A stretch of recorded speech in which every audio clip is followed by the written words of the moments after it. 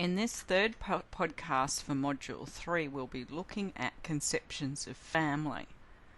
We'll be looking at how society has viewed the family and how these views have changed over time, and also with the multicultural nature of Australia now. And we'll also look at legal conceptions of family. Now, in the Family Law Act, it really takes into account the understanding of family from the Universal Declaration of Human Rights, which sets out that the family is the natural and fundamental group unit of society and is entitled to protection by the society and state. And that concept is contained in the Family Law Act and underpins it. Traditionally, in our Australian family law, our conceptions of family were really linked to the nuclear family being mum, dad, and children. And you can see the discussion of Mehmet in the text. However, in more recent times, I guess this understanding or legal understanding of family has really been broadened, and you can have a look at the discussion of YZ against the Infertility Treatment Authority, which is on page 21 of the textbook.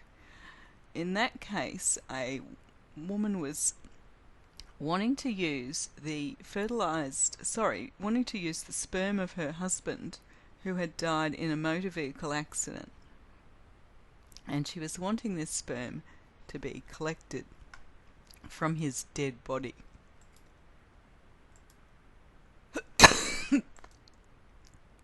In that case, the judge deciding the case, President Morris, really took a broader view of family. And you'll see that the quote from the case on page 21 of the textbook says the concept of family is amorphous. Sometimes it means parents or one parent and a child or children. Sometimes it means any group of persons closely related by blood, such as parents, children, uncles, aunties, and cousin. And then President Morris goes on to expand with that concept. In my view, the word family should be construed broadly. It may include other children of the mother. It may include the mother's husband or partner, whether a man or woman. It may include children of the husband or the partner, who are not also children of the mother. It may also include adopted children. It will usually include the parents of the mother, the parents of the mother's husband or partner. It may include uncles, aunts, or cousins. The notion of family does not have defined outer edges. It does not even require some blood relationship with the person whose family is under consideration, in the present context, the child to be born. So that really, I think, also takes into account the multicultural nature of Australia, and also concepts of kinship by Indigenous Australians. So really, I think this has become a very interesting area, and you'll see that, say, in family law, particularly in applications for parenting orders, quite a broad concept of family is taken into account. And even in probably what we might view as a traditional family unit, say, people relevant to a dispute about arrangements for children certainly include new partners, children of new partners, and also sometimes extended family members who have been caring for children. Now, this concept of taking into account the conceptions of family of our Indigenous people was really highlighted in the case of Donnell and Dovey, which was decided in 2010 and discussed on page 17 of our text. Now, you'll see in that case it was a dispute between the father of the child and the mother's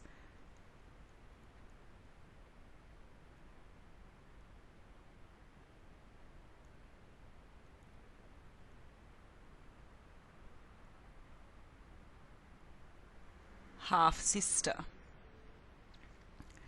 The father was a Torres Strait Islander.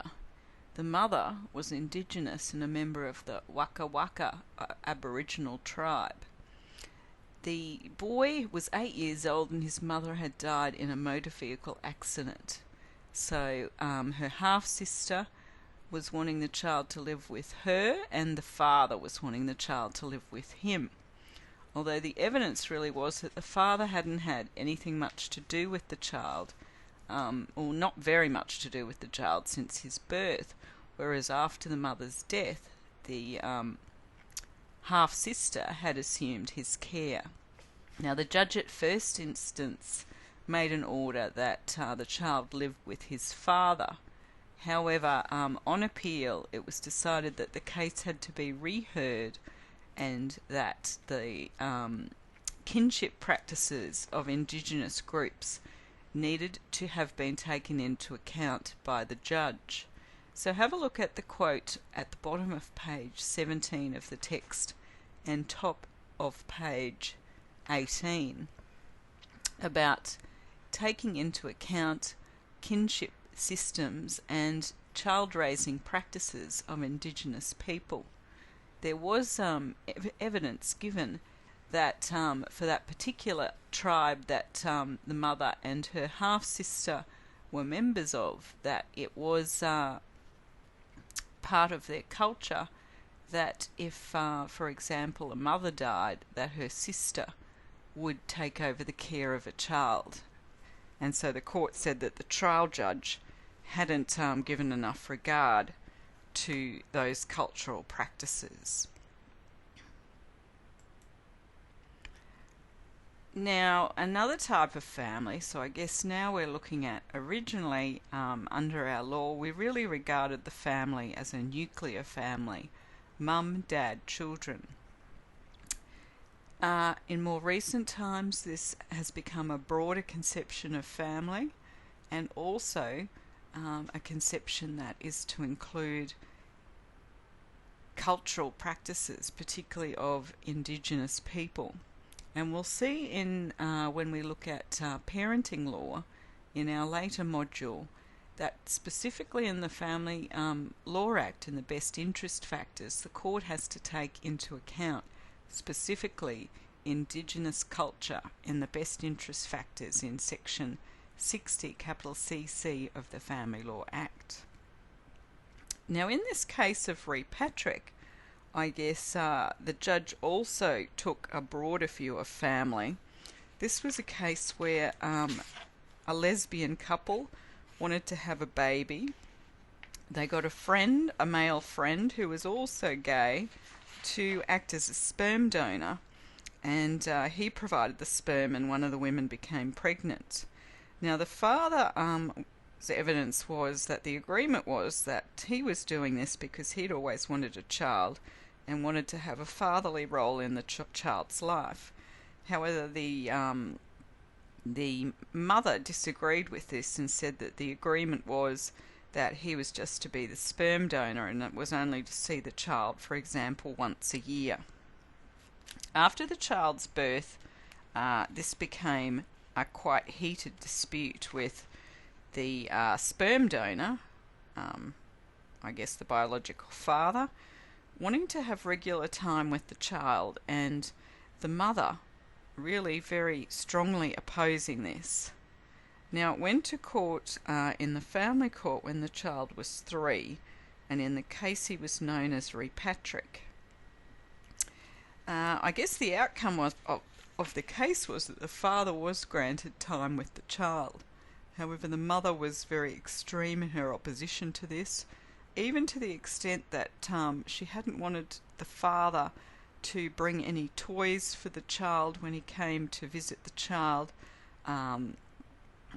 She only wanted the child to play with toys from her house. So it was sort of a very extreme behaviour that she was exhibiting.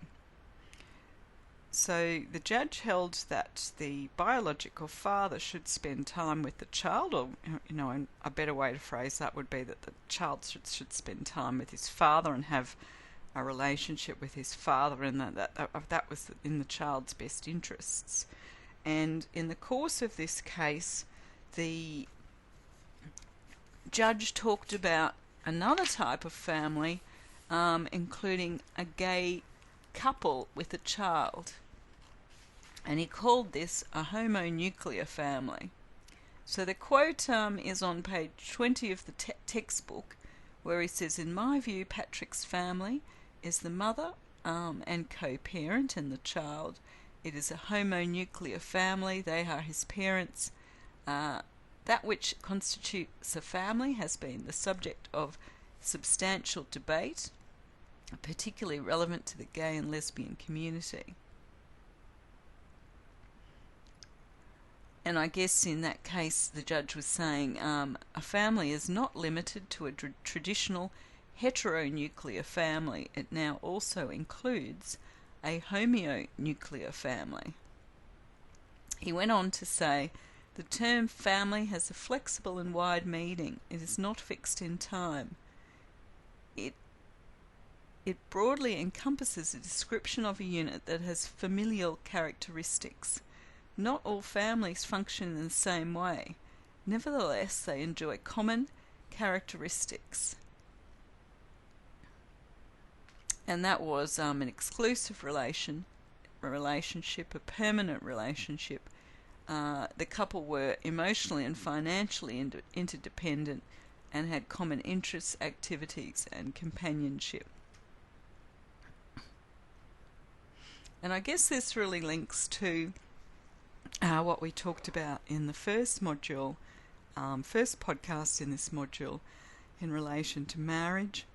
A family, I guess now in Australia, is also recognised as a couple without children, as because remember, for example, in the case of Rick Kevin, they recognised that even though in that case the wife Jennifer was pregnant through IVF, that not all couples in Australia can have children or will want to have children,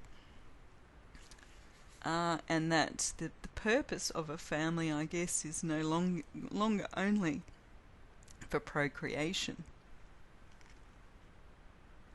That some couples will now not want to have children. This is really reflected in our statistics too. The Australian Bureau of Statistics reflects that there's really a growing number of couple-only families in Australia. So having a look at our social trends, I guess over the course of many years, overall the number of marriages is decreasing. But probably the most significant things to notice are that the number of people in de facto relationships have increased, and most people that marry now live together before marriage. The number of same-sex couples has markedly increased over the years, as have couple-only families and lone parent families. Also that there are many more lone mother families than lone father families, and sorry, we should really say sole parent. That's probably the term we recognise the most. So have a look at those comparisons on that slide from the Australian Bureau of Statistics. You'll see the significant increase in same-sex couples.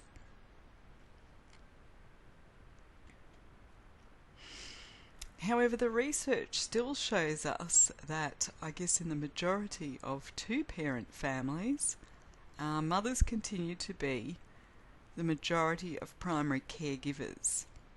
Now that doesn't mean that some fathers aren't primary caregivers, but just that in the majority of families, mothers are the primary caregivers. Also, the social science research says that in the majority of families, mothers provide more of the hands-on physical and emotional care, and fathers, I guess, generally more of the fun time. Now obviously that's just in the majority of families. It doesn't mean that in some families, which would obviously be the case, that might not be so, and that, for example, a mother might work full-time and a father is staying home to care for the children and being the primary carer and the person providing the hands-on care. But it's just interesting to note in Australia that we still have the majority of primary caregivers being mothers, and I guess that's why in the statistics the majority of sole parent families are mothers, because they've been the primary caregivers prior to separation. And that research is from, and I've got the articles here, for example, the Lynn Craig article based on her own original research, and also the Baxter and Smart. Now, just finally, I just wanted to point out in the range of different families that we now have in Australia and that are recognised by law, we also have families created by surrogacy arrangements. Now, unfortunately, in this unit, we don't get time to deal with surrogacy. If you're interested in that area, there is quite a lot of information about it and in relation to the law about it in the textbook. I guess in Queensland, commercial surrogacy arrangements, that is an arrangement for money, are illegal, and that does mean that it's sometimes not possible. For example, if it's commercial arrangement and people go to register their relationship, for example, in the family court, and to be recognised as parents, that they do risk being prosecuted under the law. So it is a very interesting area, but I guess also you will find there are family court cases where there have been parenting disputes in the context of a surrogacy arrangement. For example, one of the first cases was re Evelyn, in which the biological surrogate mother changed her mind after the birth and wanted to keep the child. So there is certainly some case law in this area. It is very interesting, and I guess another family formation that is certainly present in Australia. Okay, well, that is the end of the 3 podcasts for this modules. If you have any questions, please feel free to email me, and certainly if you're not clear about anything in this unit, you can certainly ask me a question, and also complete the quiz at the end of this module to test your knowledge and get some feedback about how you're going with your understanding of the concepts in this module.